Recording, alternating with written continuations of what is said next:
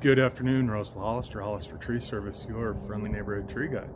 Today we're going to do a short video on basic chainsaw safety things and a few tips to help you with your chainsaw if you decide to use it.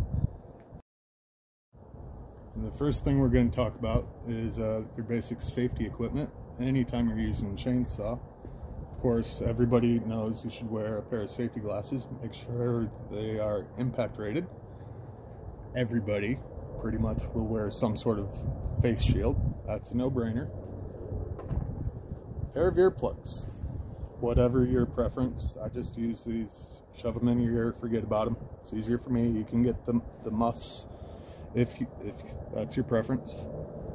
And then one thing everybody likes to forget about, doesn't think about, is a decent pair of chainsaw chaps.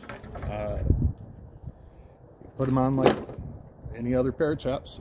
They're lined with Kevlar, so if you cut into them, the Kevlar will bind around the drive sprocket and stop the chain.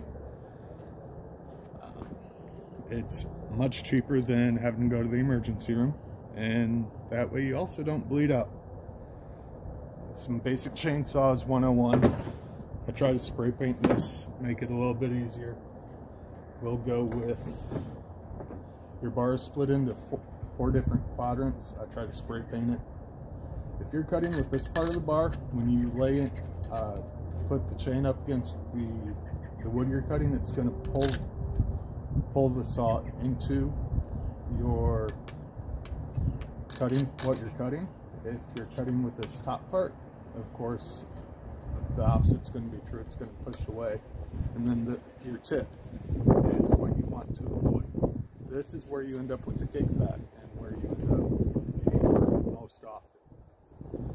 This little tooth right here, which you can't see, we'll do another video on that one, is a depth gauge. A lot of people call them rakers, but as it comes around this corner, or this curve, it falls away from the cutting surface of the tooth, so the tooth is allowed to cut into much more wood than what it can actually cut, and that's what throws your saw back.